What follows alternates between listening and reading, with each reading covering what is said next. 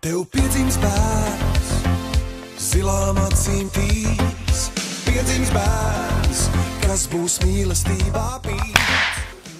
Kristīsim savus bērnus. Kristīsim? Ko mēs ņemsim pa krustā un krustmāti?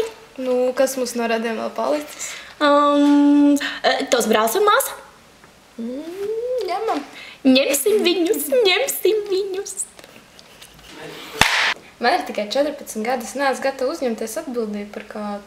Dā, man ir 25, bet es neticu Dievam, kāds vēl krustāvs. Nu labi, izdarīsim, ja jau viņi tā grib, vai ne? Jā. Es piekrītu kļūt par krustmāti, bet es negribu iet vienu, man jāiet kaut kādiem kursiem. Negribu nākt līdzi.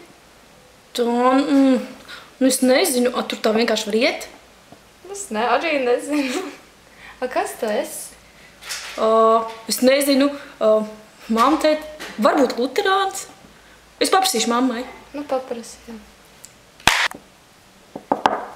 Čau, mammu! Es šodien biju skolā, man draudzene uzaicināja iet uz iesvētības kursiem, vai es varu iet līdzi, un kas vispār esmu pēc ticības?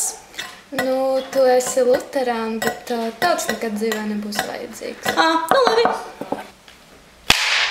Man obligāti jāiet tajos kursos. Nē, laikam jau nē. Kas tur tajā baznīcā būs jādara? Nekas īpaši, vienkārši atnāci. Ja tas mācītājs man kaut ko teiks, kas man nav pieņemams, vai viņš izdarīs kādas, tādas kustības, vai es viņam pateikšu? Nē, būs labi. Būs labi.